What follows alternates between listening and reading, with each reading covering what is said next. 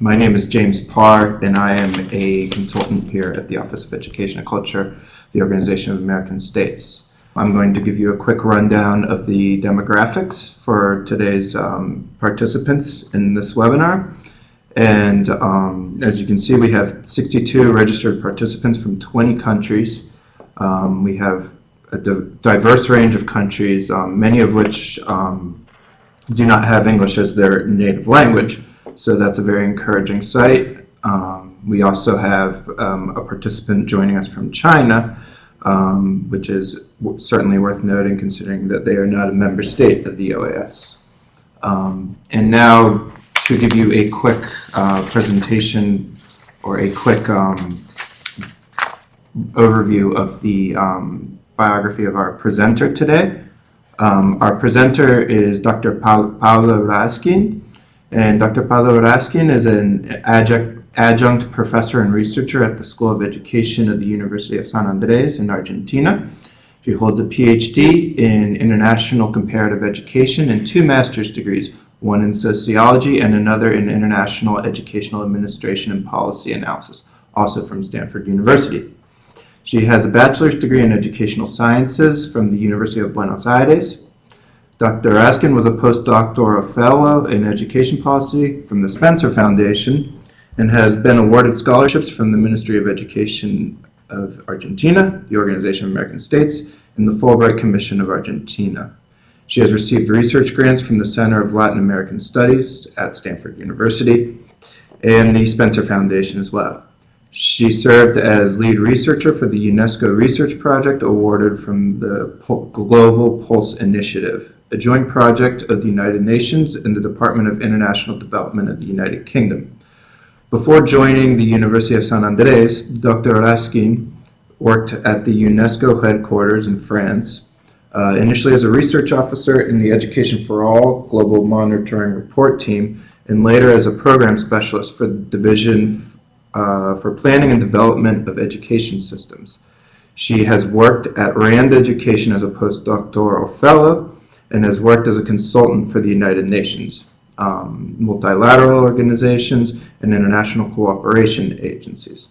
She was a researcher at Stanford University and the University of Buenos Aires. Dr. Raskin has been involved in research, analysis, and education reform projects for national, provincial, and local governments, including Argentina, Chile, Bolivia, Ecuador, Equatorial Guinea, Mexico, Nicaragua, Nigeria, United States, and Uruguay. She was the director of the Masters in Social Sciences and Education at Stanford University and an education professor at various universities. So needless to say, we have an excellent presenter today. And before I turn the mic over to her, I just wanted to give a quick overview of how the webinar platform works. First of all, if you do have a microphone available at your computer, please make sure to keep the microphone off throughout the entire webinar. This is to avoid any interferences during the presentation or any echo that might occur. If you have a question, you can type it in the chat box, which is located in the lower right-hand corner. There's also a raise your hand function, which is located next to the webcam button on the upper tab. It's the furthest to the right. So without further ado, I'm going to turn the camera and the microphone over to Dr. Raskin, who will begin her presentation.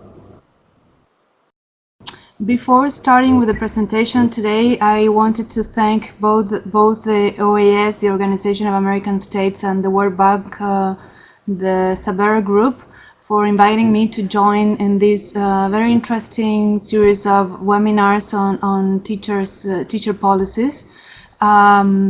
This is, together with yesterday's seminar, this is my first time on my first occasion doing these kind of seminars for over the internet, which I think it's a great opportunity to be linked to colleagues in the region, both in Latin American countries and as well as Caribbean countries, which is often we often do not interact much as colleagues on these issues.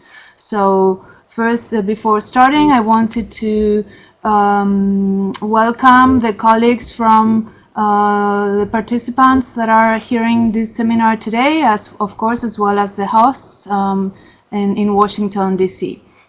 So my name is Paula Rasking.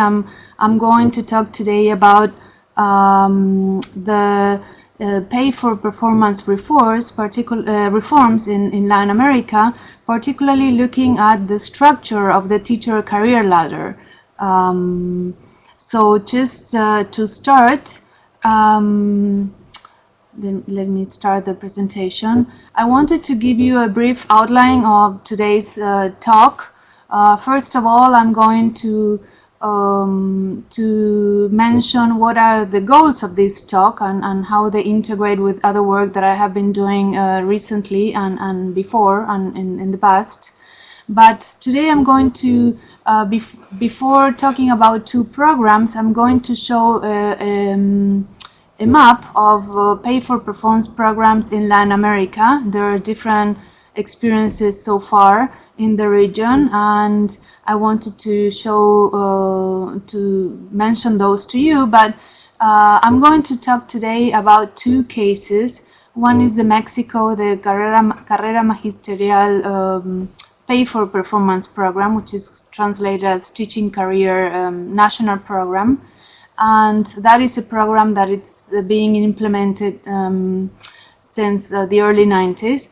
And second, I'm going to talk about the experience of Ecuador of reforming the teacher salary scale, which is a more recent experience, an experience which I've been collaborating with, particularly in the preparation of the rules that accompany a new education law that introduces the new teacher salary scale. So whereas I have not been involved with the first program, in the design of the first program, the Mexico Carrera Magisterial, I have been somehow involved as a consultant in the design of the second program in Ecuador, which is still not being implemented, still under discussion. And finally, I'm going to raise a couple of issues to consider for those who are looking or thinking of designing these kind of programs. And of course, there are many other issues that one can think of in terms of research and analysis that I'm going to briefly talk about in the end. But today, mainly I'm going to give you an overview of how these programs work. So the goal of the presentation is to show you, to use the example of two programs to show you what do we mean when we talk about teacher pay for performance. Normally, these type of pay for performance policies are in the agenda of education systems in the debate in many countries, including in Latin America, and often they are being discussed or rejected on the part of teacher unions and other actors because they introduce a performance evaluations that are in a new way to introduce performance evaluations and to link teachers' pay for performance to teachers' pay. But normally we tend to believe that these performance systems are linked to standardized tests, but it's true that we don't have it very clear what we talk about when we're talking about this type of programs, so pay for performance policies. So today I'm going to show you two examples. The goal of today's presentation is to review career ladder reform models in Latin America and their relationship with teacher performance assessments. So this type of performance, pay for performance policies, have two components. One is the reform of teacher compensation systems. Here we talk about the teacher career ladder and how those compensation systems change with these programs. And of course, on the other hand, we have the performance assessment systems and how they are linked to the teacher career ladder promotion in the teaching career ladder. So that is the second goal of today's presentation.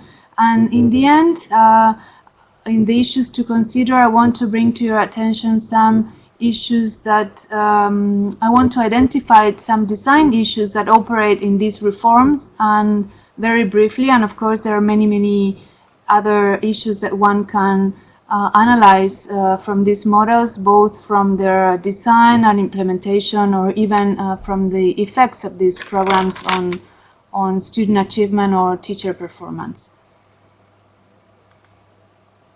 But to start, I wanted to place, as I mentioned, I'm going to talk about two reforms, one in Mexico and one in Ecuador. But before starting, I wanted to tell you why I have chosen these two examples, and to show you that there are several other examples in the region, and this list is not complete. This is just to show you the map. There may be other programs that I'm still not aware of, and so one way to look at these programs is one way to classify them is the one that I've shown in this table. There are many others, but I am interested in looking at programs that incorporate teacher performance assessments related to teacher career ladder. And this is the list on the first column.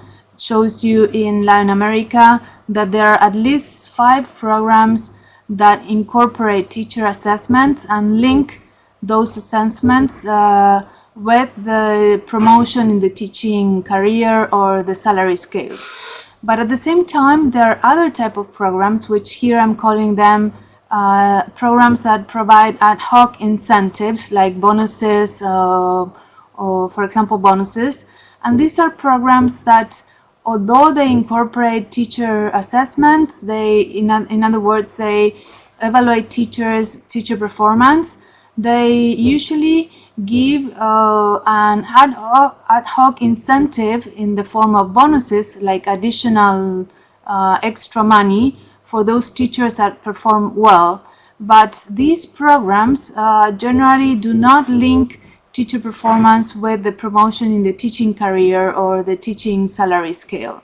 So to mention, there are these other programs in Bolivia, Brazil, Chile, El Salvador, and I believe in Colombia as well, that pay teachers some extra money for their performance, but they do not link their performance for the moment with the promotion in the teaching career ladder. So today I'm going to talk again, I give you 2 examples of programs on the left column that link teacher performance with the promotion in the teaching career ladder. And specifically, I'm going to discuss the cases of Mexico and Ecuador. Just before going into the examples, I'm sorry, I've seen that there is a little survey going on for you. I am curious to know what programs, if there are any programs in your countries that link teacher performance with the teacher salaries, you normally call the pay for performance. And we are only 11 participants, but for the moment, there are half and half. Some countries that do not have these programs yet, or not for the moment, and other half of the countries that do not have again this type of reforms. So I'm interested to know later for those countries that do have teacher pay for performance programs, to know more about them and to know the names, so we can look further into those examples as well.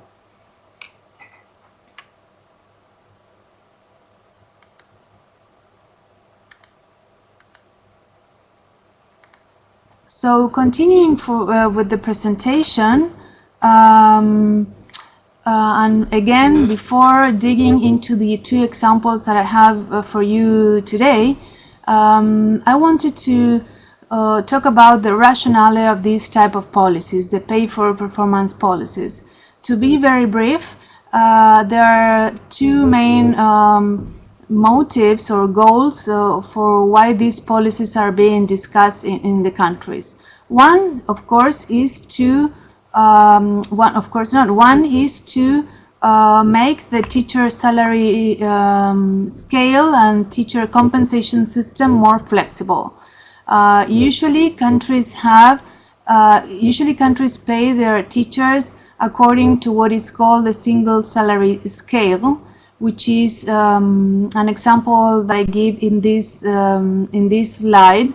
The single salary scale is a pay system that links teacher salaries only to their seniority and to their education degree. So for those who have the same post, like a teaching post, their salaries can increase every year that they stay in the post, and at the same time normally salary increases with any additional education degree that teachers may have. So this is called the single salary scale. And why is that? Because all teachers are paid according to this model, regardless of how well they are doing in their job, how good or bad they perform as a teachers. But of course, you all know that most of you will work in the education system as teachers or in the ministries of education. That another way for a teacher to promote in their career is to change to a new post from a teaching position, like a classroom teacher, to they normally can apply to a post of a head teacher, school head teacher, and for that they have to go through an evaluation. So but that it's in that way they increase their salary, not within the same job or the same post, but by changing post, by leaving the classroom and taking other responsibilities like of a head teacher.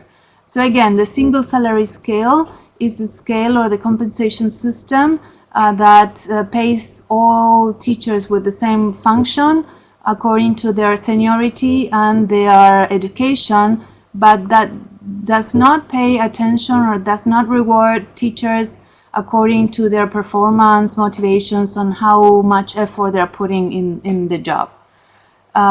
So in this sense, the pay for performance reforms, they propose a new way to pay teachers that would in theory be more flexible than this single salary scale, and more flexible because they would recognize and pay teachers according to how well they do on the job. So it will pay teachers differently. It will not pay teachers the same salary for regardless of their efforts. So that is basically the main rationale for which these type of reforms are being proposed, not only in the region but overall in many countries where they are being implemented. So so to start, I'm gonna start with the case of Mexico and the Teaching Career National Program. In Spanish, that would read, it's the Programa Nacional de Carrera Magisterial. So I'm going to be brief with the background and other description of the program, but and then we'll discuss the structure of the program for you. But just for a little background, this program it's in operation since the early 90s. It has been revisited several times, and the last revision was done in May of 2011. And particularly the component of how teachers are assessed, teacher evaluation, has been the performance factors have been revised, and you will understand more of this when I show this later. But this program, it has been incorporated as part of a national agreement for the modernization of basic education. This agreement was an agreement signed by the federal government, the national government, together with the teachers' unions. And of course, this agreement had many many different goals, but one of the key goal of this agreement was to promote the teaching function. So on the teaching profession, to strengthen the teaching profession. So, and this was the policies that have been promoted through this agreement include, for example, the list of reforms that you see listed there in brown. The pre-service education has been decentralized. It used to be offered by the federal government in all the Mexican states, but the pre-service education has been decentralized as part of this agreement. And not only the pre-service education, but all the education provision has been decentralized. There has been much more emphasis on in-service training and professional development service, professional development.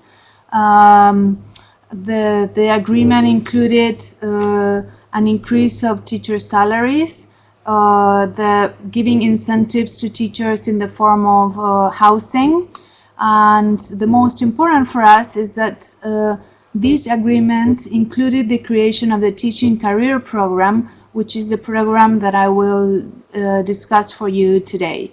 Overall, through this agreement, the goal was to strengthen the teaching profession, the teaching function, and the teaching profession through a series of policies that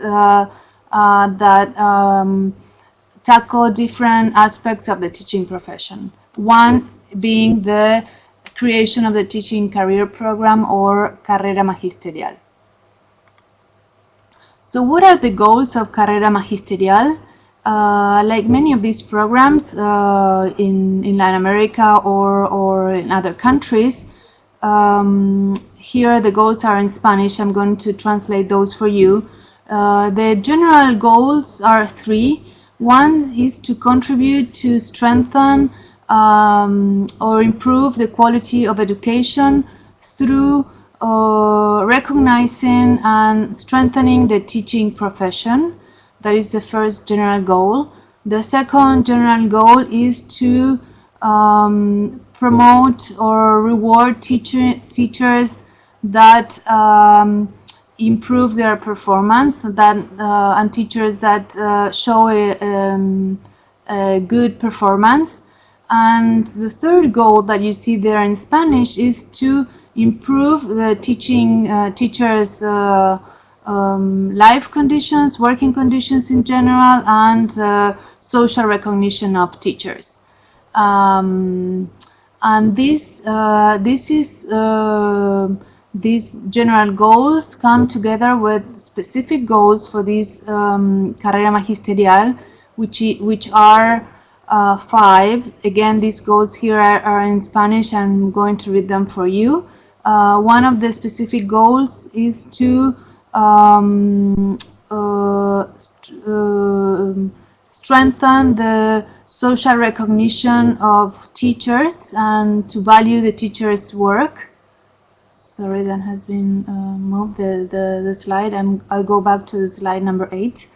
To motivate teachers for them to improve the student achievement and student learning, to promote that teachers stay in the post and do not leave their post, to recognize and provide incentives for teachers working in schools that are hard to teach or in poor areas, and to promote teachers' interest in professional development and in-service training.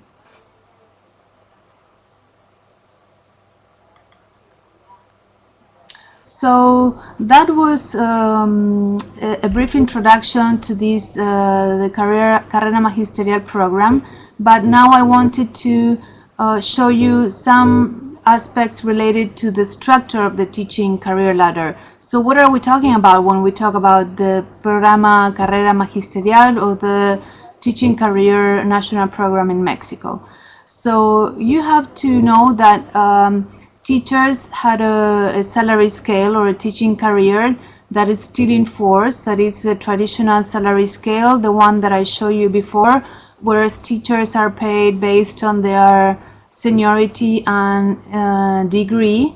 And at the same time, one way to promote in the career is to apply for other functions of higher responsibilities, like from a classroom teacher to apply for a head teacher post, for example. So that old salary scale is still in force, and in this salary scale, the possibilities of promoting to higher level posts are dependent on those posts being offered and being opened for teachers to apply. In other words, they have to wait either for new posts to be created or for all teachers to retire, so the new post is released and teachers can apply. And to apply for these jobs, normally they have to the evaluation looks at the teacher's degree, their title, and their professional development courses taken, their ability like initiative, diligence, or efficiency. Issues of seniority are considered for when teachers apply to higher level posts, or issues of like discipline and punctuality. So this is the traditional way for which by which teachers can promote in their post and expect higher salaries for those new functions that they will perform. And Carrera Magisterial, what it does is to introduce a structure that is parallel to the old salary scale. In other words, the old salary scale is still being implemented, but Carrera Magisterial adds a new structure, parallels, and that structure that complements the old salary scale. So Carrera Magisterial complements the vertical promotion with a horizontal promotion system, which allows teachers to promote without leaving their function. In other words, it allows classroom teachers, for example, to achieve higher salaries without having to apply to other posts like head teachers, without having to leave the classroom. In other words, this structure, this program gives promotion chances even when there are no post openings. So teachers do not have to wait for a head teacher post to be open for them to expect to receive higher salaries. This is a visual way to show you what is the structure of Mexico's Carrera Magisterial. And again, this is this is my interpretation of the structure. This is not presented this way in the program itself, but my interpretation on how the old and the new parallel system interact. So on the left hand, on the left first column, we have the categories in the old system. In other words, for example, a teacher, normally in Mexico, it's given a category that it's called here the E200, and that it corresponds to a classroom teacher. And if teachers want to have higher levels of salary, in addition to their seniority and their degrees, they have to apply for other posts that are hierarchical in the structure. So they will have to move from E200 to E201, 202, and so forth, until reaching posts or positions that are that imply higher responsibility. In this example, it's the E210. So again, on the one hand, we have on the left hand, we have that all teachers are being categorized under these categories depending on their function. And this again applies to all teachers in the public education. And Carrera Magisterial adds a new parallel structure to that structure, which is represented here by the levels that you see in yellow and by the slopes that you see in blue on the right hand. So Carrera Magisterial has 5 levels of incentive levels, the level A to level E. And what this means is that a teacher which is in a classroom teacher, like in the category E200, they can apply to enter into level A of Carrera Magisterial, and without leaving their E200 category, in other words, without leaving their classroom teaching, they can still promote from level A to level E. This is the first line, what here it's called as a slope, which corresponds to classroom teachers. But at the same time, for those teachers that are non-classroom teachers, that are head teachers, for example, they can access a second slope, which is the second line in yellow here, that corresponds to categories in the old salary scale, in the traditional but still enforced salary scale, that the categories correspond with managerial and supervisory personnel. For example, the head teachers and supervisors and those kind of positions. This group of teachers, again, they enter through the level A of Carrera Magisterial, and they can promote from A to E without having to change their positions, without having to apply to another post.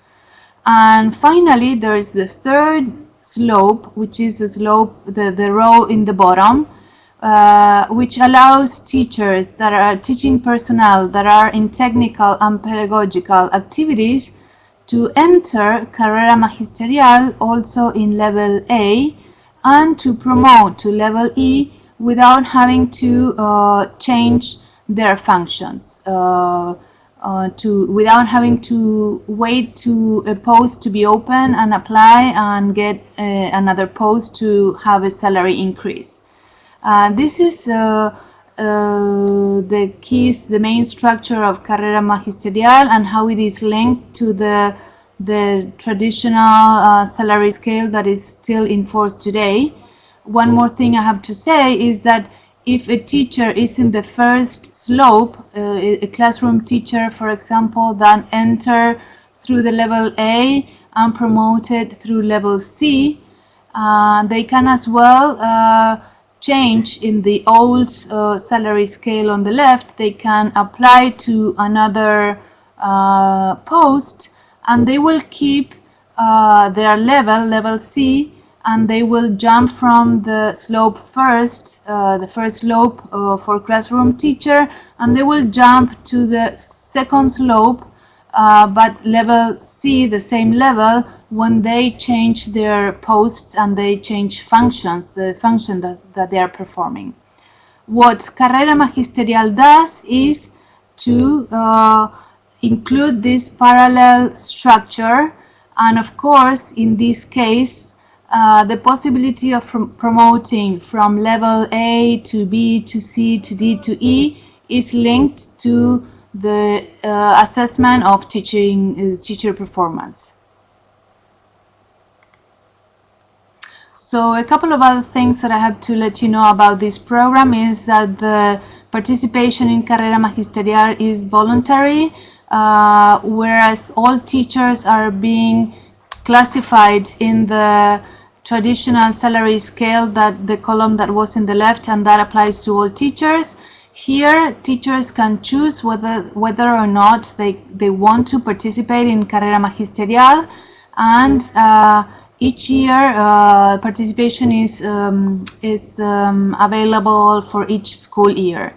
And all teachers all basic education teachers are eligible to participate in Carrera Magisterial as long as they hold a category that corresponds to the traditional salary scale that was represented in the column by the column in the left.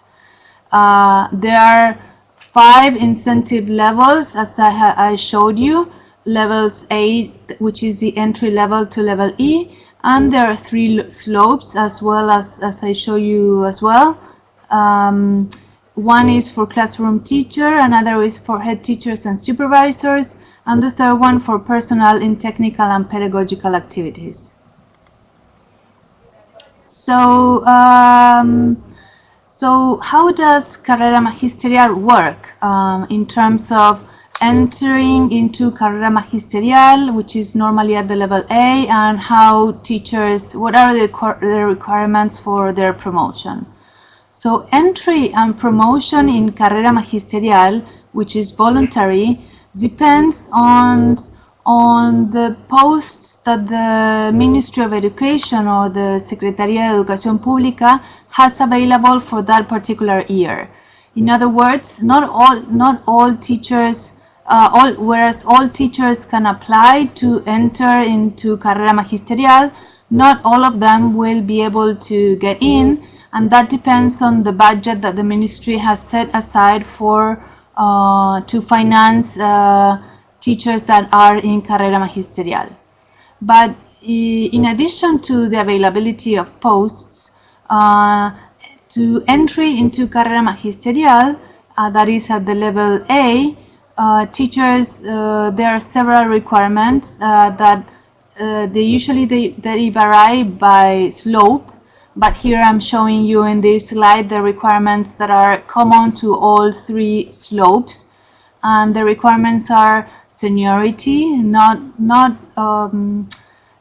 teachers need several years of experience before being able to apply to entry into Carrera Magisterial.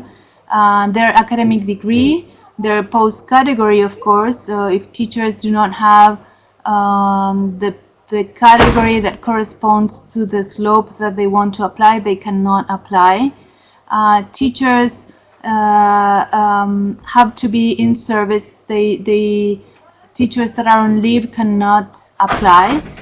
Teachers that have a good attendance records, they can apply, but those that have a poor attendance records cannot apply. And the most important thing is that teachers they have to go through a global evaluation or global assessment system that gives them a score, and teachers that reach the predetermined score can enter into Carrera Magisterial.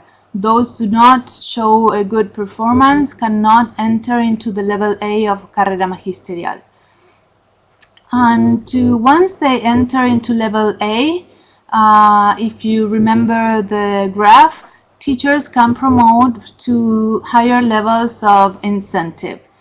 To promote to another level, for example, from level A to level B, teachers have to stay for several years into level A before they can promote to the second level.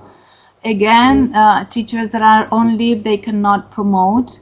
Teachers that have poor attendance records, they cannot promote, or they cannot apply for promotion either. And similarly, as regards teacher performance, teachers that reach a predetermined score in their global assessment or global evaluation can promote to a higher level.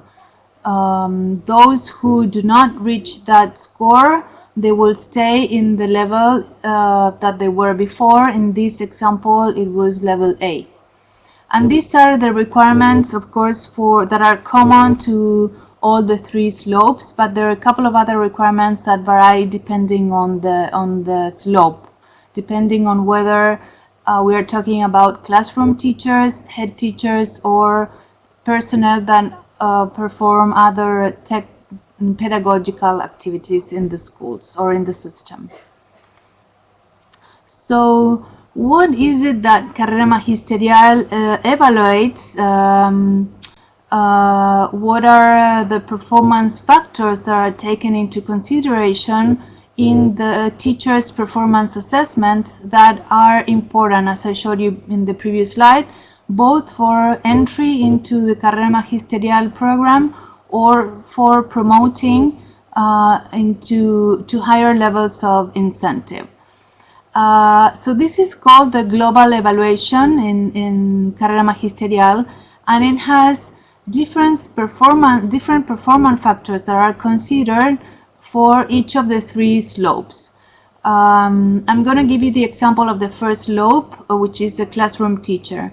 So for classroom teacher, most of their score in the global evaluation comes from student achievement tests. They are called the prueba enlaces. But their continuing education or professional development courses are also being scored. Their co-curricular activities, they receive a score for the co-curricular activities.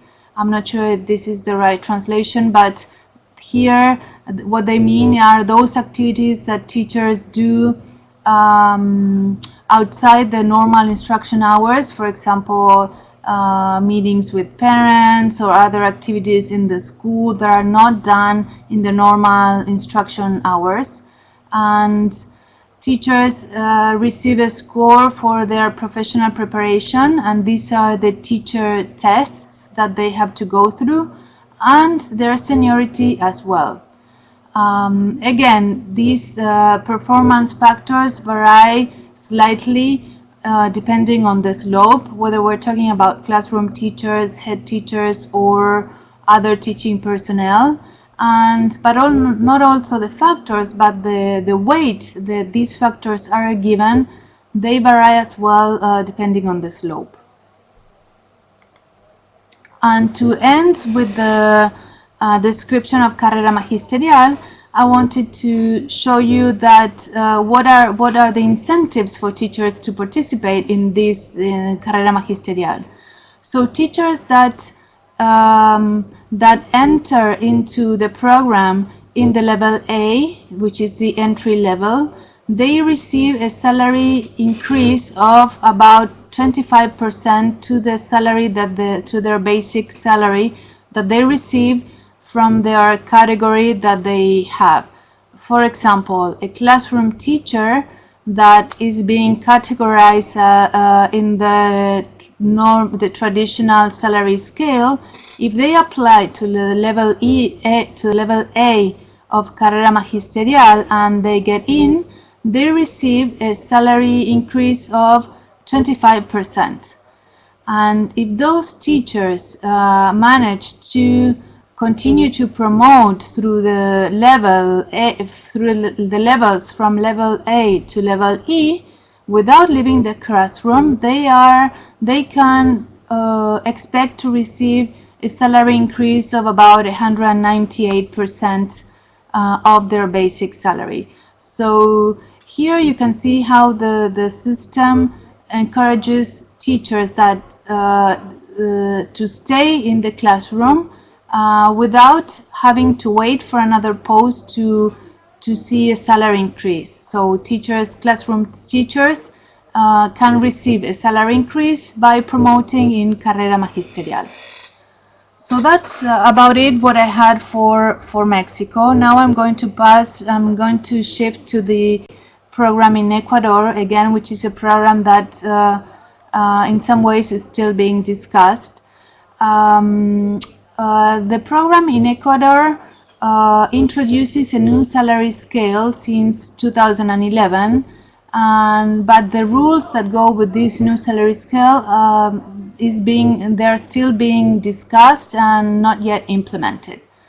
So I'm going to save you the time. I'm going to go quick here, but the new salary scale appears in the new intercultural education law that was passed in 2011, but this law comes together with several other laws that have that point to promoting or improving the status of teachers in general in Ecuador.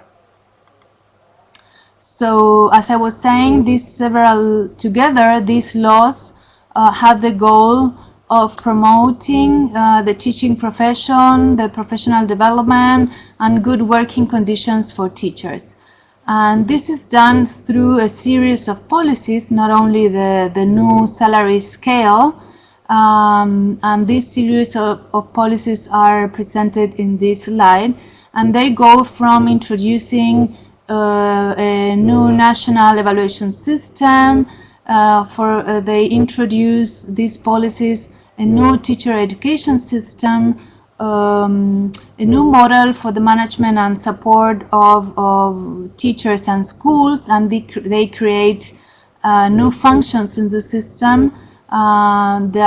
These functions are called the education auditor or the education advisor. There are two functions introduced with this series of policies. They introduce the performance standards for teachers and other actors in education. They introduce a new system to enter the teacher profession. Teachers pretty much have to sign up into a registry of eligible teachers or eligible candidates, from which then teachers will be assigned when there are vacant posts. And at the same time, this series of policies come with salary increments for teachers, and they promote the reform of the teacher career ladder and the salary scale, which is what I'm going to discuss for you today. And they point to greater flexibility to hire teachers in areas of public interest, for example, rural areas in Ecuador, or areas where teachers are difficult, where schools are difficult to staff. So what is the structure of the teacher career ladder in Ecuador? The new teacher career ladder is pretty much is regulated by two policy instruments. On the one hand, we have the new education law, the Intercultural Education Law, or LOEI, that you see first listed here. This new, as I was just telling you, introduces the new teacher career ladder and the salary scale. But at the same time, there is a new law for the public service that passed a unified monthly salary scale for public servants in general, but this law includes school head teachers. So in other words, where teachers or other teaching personnel are regulated by the new teacher career ladder in the education law, the new public service law, what it does is to take head teachers out of the education career ladder or the teacher career ladder and puts them into the ladder and the salary scale for public servants.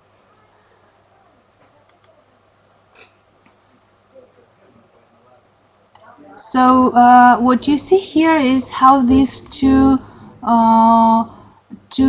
career ladders interact, or here you don't see them interact, but you see what are these new salary scales. The first one for the teaching personnel, excluding head teachers, and the second one for all public servants, including head teachers.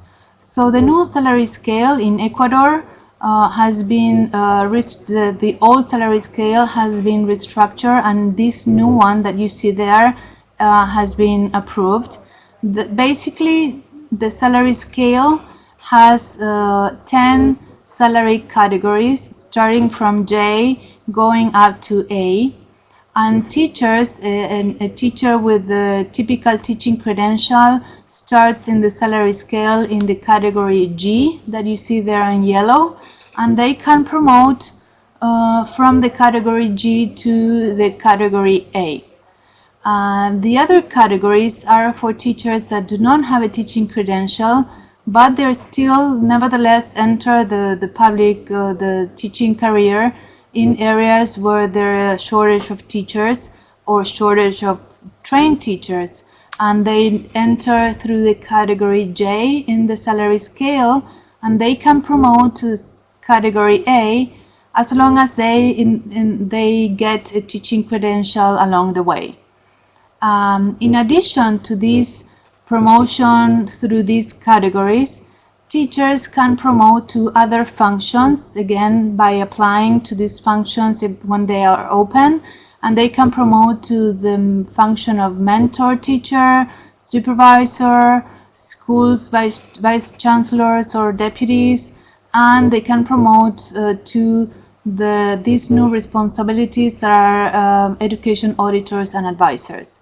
But as I told you before, the school head teachers in the context of Ecuador have been taken out of this teacher salary scale, and they are currently being regulated by the scale for the public servant, which is this second scale that you see below, which corresponds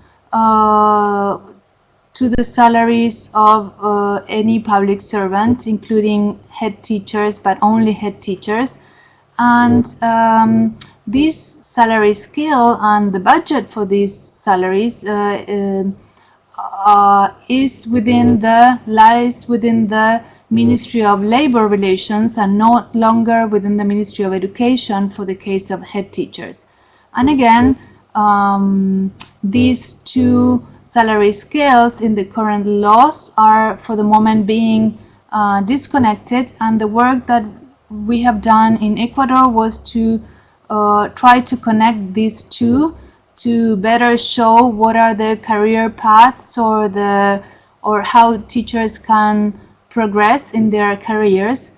And at the same time, what we work on was to link the promotion in this salary scale to how well teachers perform, which is something that you don't see here. You see the progression in salary, but not you do not see what the requirements are in terms of teacher performance required to promote to a higher salary scale. So what are the main limitations of this teacher career ladder? Is that the salary scale reflects poorly the professional teaching career, particularly because the scale do not show very well the other functions that teachers can expect to get. The performance requirements are not clearly described in the law. You do not see them there, but they are not clearly articulated in the law, and the incentive systems linked with that performance are not clearly articulated either.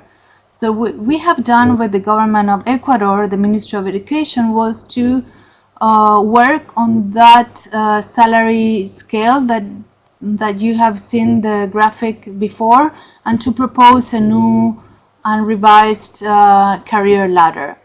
So I hope that, Monica, you're hearing me and you can show the proposal.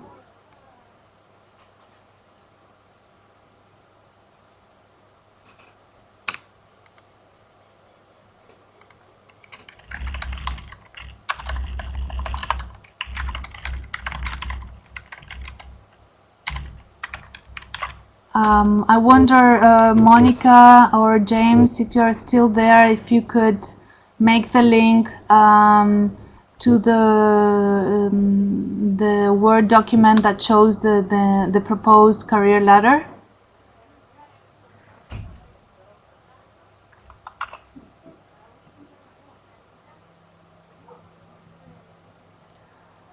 Okay, I think we have to wait a little bit before showing that. I apologize with the rest of the participants.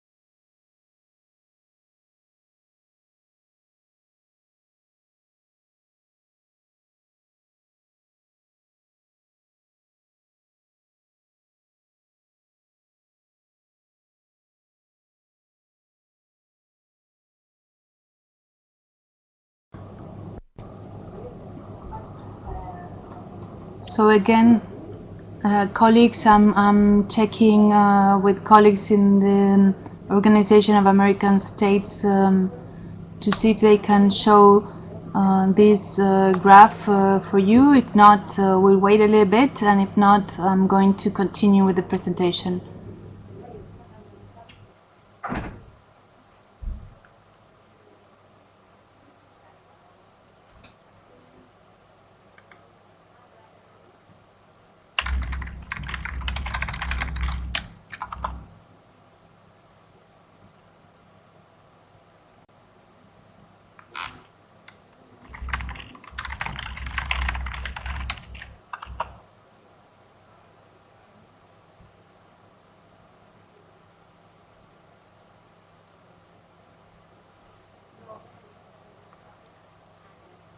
Okay, so perhaps what I can do is to continue with the presentation and then go back to this graph. I think it is very important to show you how we worked with the Ministry of Education in Ecuador to make the teacher career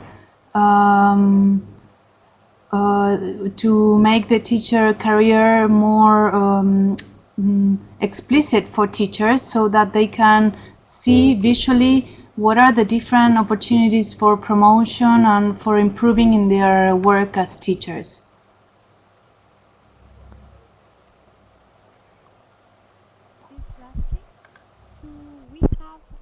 Yes? So we have the proposal in English too?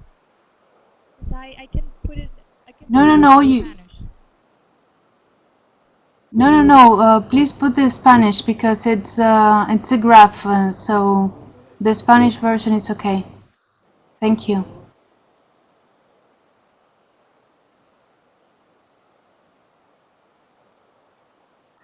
So colleagues, I'm gonna wait. It seems that we are getting to that file soon. I'm gonna wait a little bit before continuing.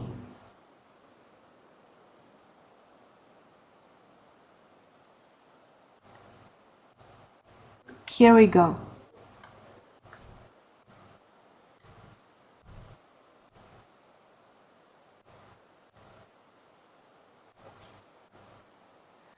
Okay, so what you see here is an attempt to making the teacher career in the new education law more explicit for teachers, so they can, at least visually in this case, they can have a better sense of what it means to be a teacher and what can you expect when you become a teacher in terms of your promotion as a public education teacher. So what you see on the top is the scale that corresponds for the public servants. As I mentioned before, this is a salary scale that is being managed by the Ministry of Labor in Ecuador, and applies to all public servants except for teachers, and it includes the salaries and the teaching career for head teachers, for public education head teachers. And what you see, that is what you see in white, the boxes that you see in white, that their salaries, the scale goes from 1 to 17, I believe. I had it wrong before, that it was 1 to 15. The scale goes from 1 to 17. And what you see in orange corresponds to the salary scale on the teaching career that has been included in the new education law in Ecuador, and that it applies to all teachers. But as I mentioned before, one of the limitations of these categories and this scale is that it doesn't seem to be clear what is what are the different ways of promotion that teachers can have, or what are the different careers that a teacher that starts as a classroom teacher can expect to get along their professional life. So what we did was to make that options more explicit. So what you see in orange, you see that a teacher, for example, if a teacher with a teaching credential starts in category G, they can promote to category A for those teachers that stay in the classroom.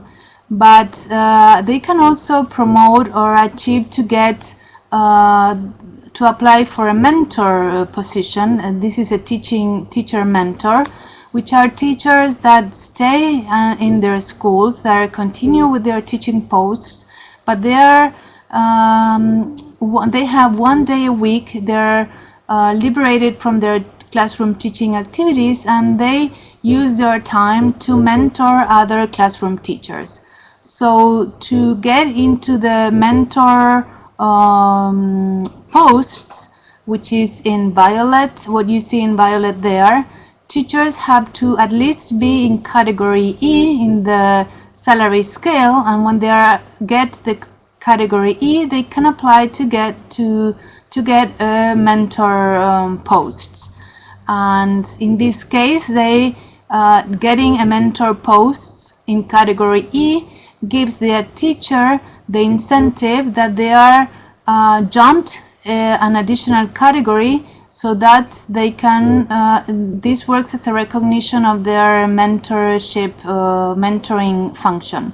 So a teacher that is in category E, they automatically jumps to the category D in orange or M1 in violet, which corresponds to their function of mentor. So in this way they get a salary recognition for working as a mentor. Similarly, teachers can apply, the classroom teacher or mentors, they can apply to the vice chancellor or deputy posts that are shown in green there. And in the same way that they apply for mentor posts, they have to be in category E to apply to a vice chancellor or deputy post, and they're automatically, if they get that post, they automatically jump to category D in the salary scale again if they get it. So the minimum category they have to have is category E, but any teacher in category B that did not apply before or did not get one of these posts before, they can also apply, and they jump from category B. In this case, if they get the mentor or the vice chancellor post, they jump from category B to category A. And those mentors or vice chancellors or deputies that why is it an incentive for teachers to perform these functions is that they can aspire to get a higher salary level that goes before above the category A. So you see, whereas a teacher in orange can achieve the maximum is the category A, both mentors and deputies in violet or in green, they can aspire to get a higher salary, which corresponds in this case to the grade 14 of the public servant salary scale. And with a similar rationale, school head teachers are represented in yellow here. They have to have minimum, they have to be in category D to apply for a head teacher post. But the incentive that they have to apply to one of these posts is that they are jumped automatically, if they get that post, through the grade 14 of the public servant salary scale, which is in white here, which corresponds to the grade D14 in yellow, which is the first step or the first category for any head teacher. And in the same way, auditors and other school advisors can achieve a grade 14 salary, which corresponds to the public servant salary, if they manage to apply and get an auditor or advisor's post. So what we have done here was to pretty much try to show visually what are the other the entire career paths that a classroom teacher can aspire to. They of course enter the system as a classroom teacher, but they can aspire to these other higher salary levels, or they can apply as well to get other responsibilities or other posts of higher responsibilities. So we can go back, Monica, to the previous presentation, please.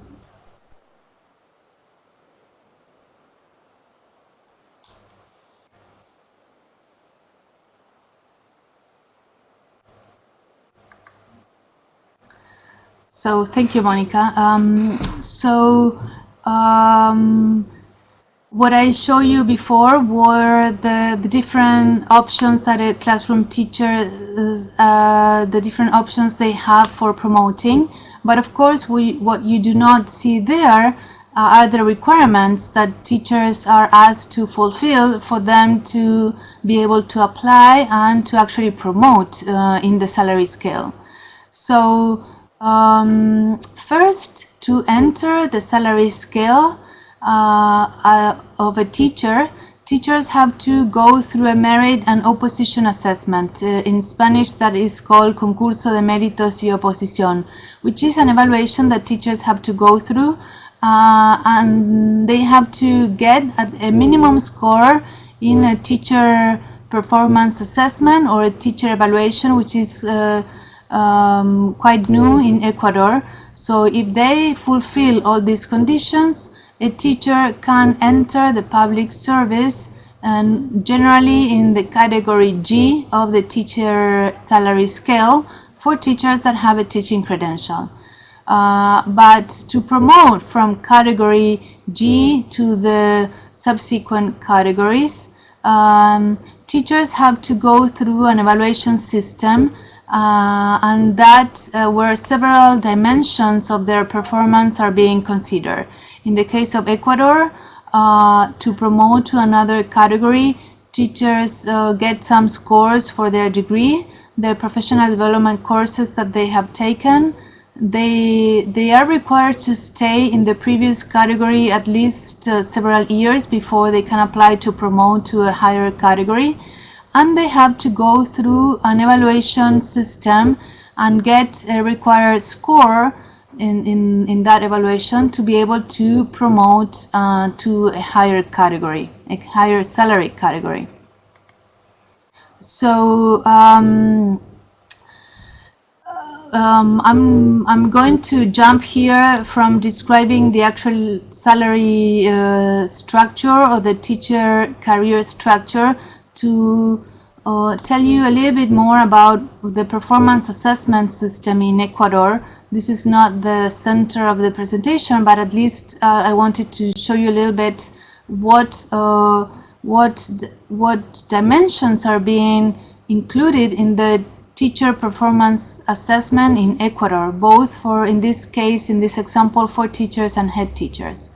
So I told you before that to apply to enter the first category of the teaching career or to promote through the salary scale, teachers, in addition to other things, have to go through an evaluation stage. Those evaluations have both an internal or qualitative component or external or component, which here refers to standardized teacher assessments. The internal evaluation or the qualitative parts, parts of the evaluation include a self-assessment, peer assessment, assessments or evaluations done by the school authorities, generally the head teacher.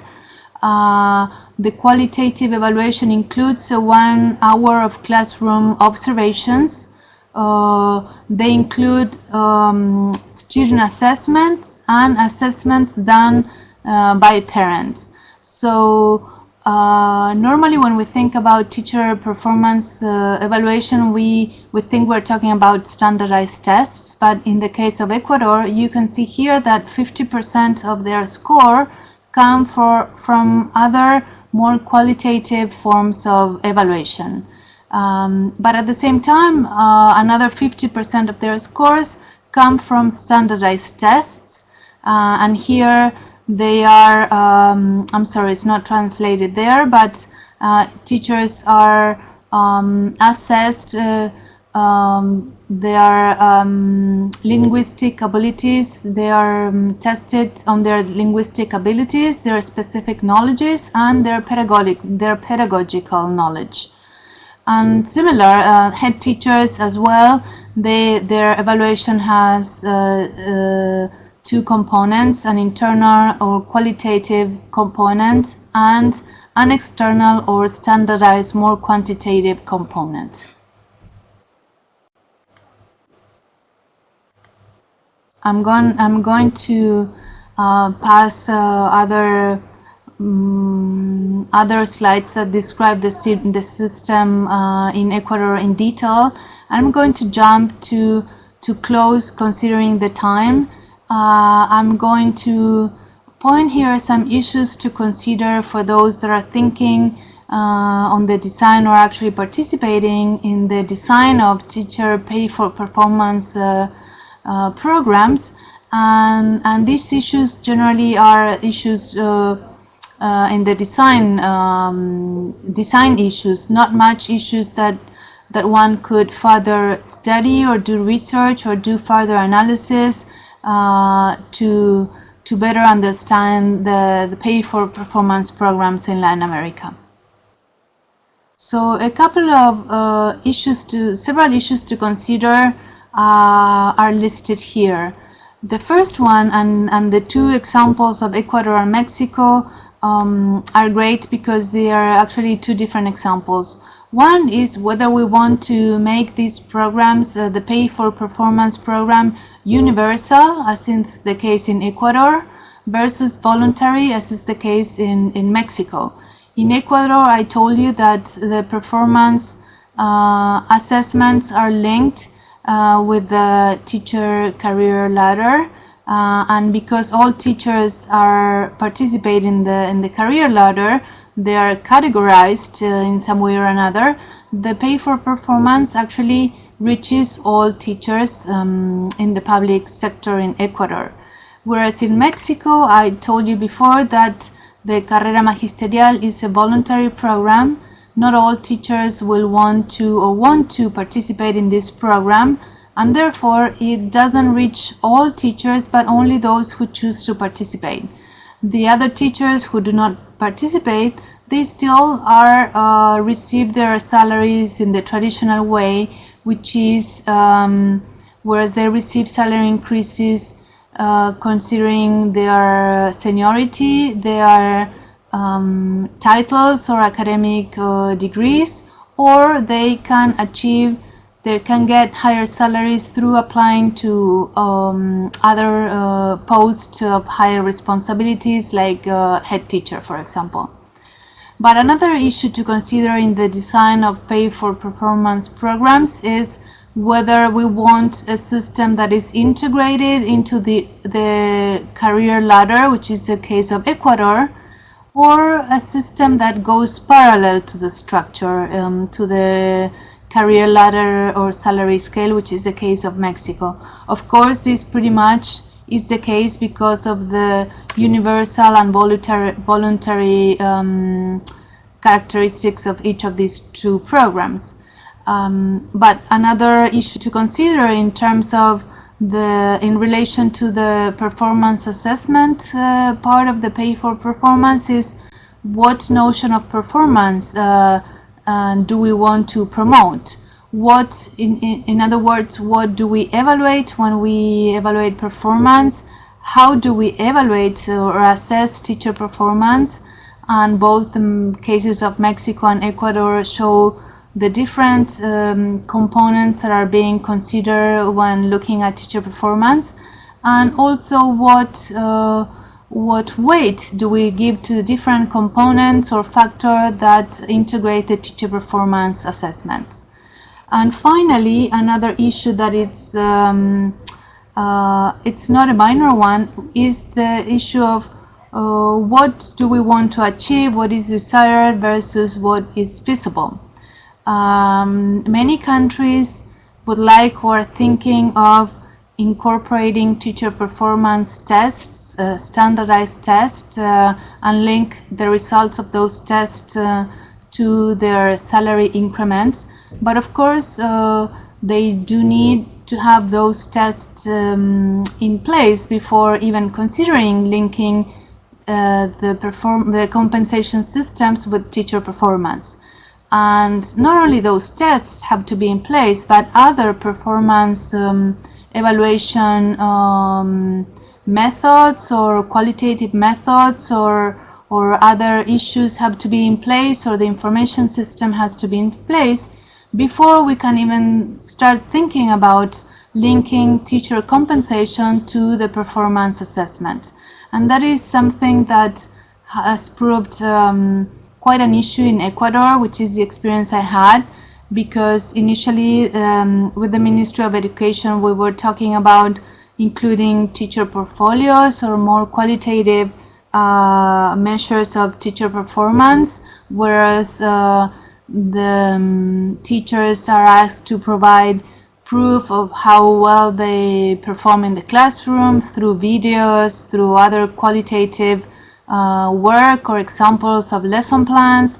But of course the issue is who will evaluate or assess those portfolios, and whether the system has the trained people with the required skills to even think about evaluating those portfolios and link teacher performance with the promotion in the salary scale. So this is pretty much all that I have for you today. Of course, there are many other issues in these programs, many other designed characteristics that one can look at, but today for you I just pointed to the issues of the salary scale on the one hand, and the structure of the salary scales, and as well as the visual example of the salary scale. And I talked a little bit about the evaluation system a little bit, both in Mexico and Ecuador. But there are many other things that one has to take into consideration in the design of these policies, and maybe we can discuss those more and through your questions. So I hope this somehow has been clear for you that are in the other side and participating in this webinar. And since I cannot see your faces, I hope that through the chat we can interact a little bit more, and I can provide, if I'm requested, more information about these programs or other issues related to the pay for performance more generally.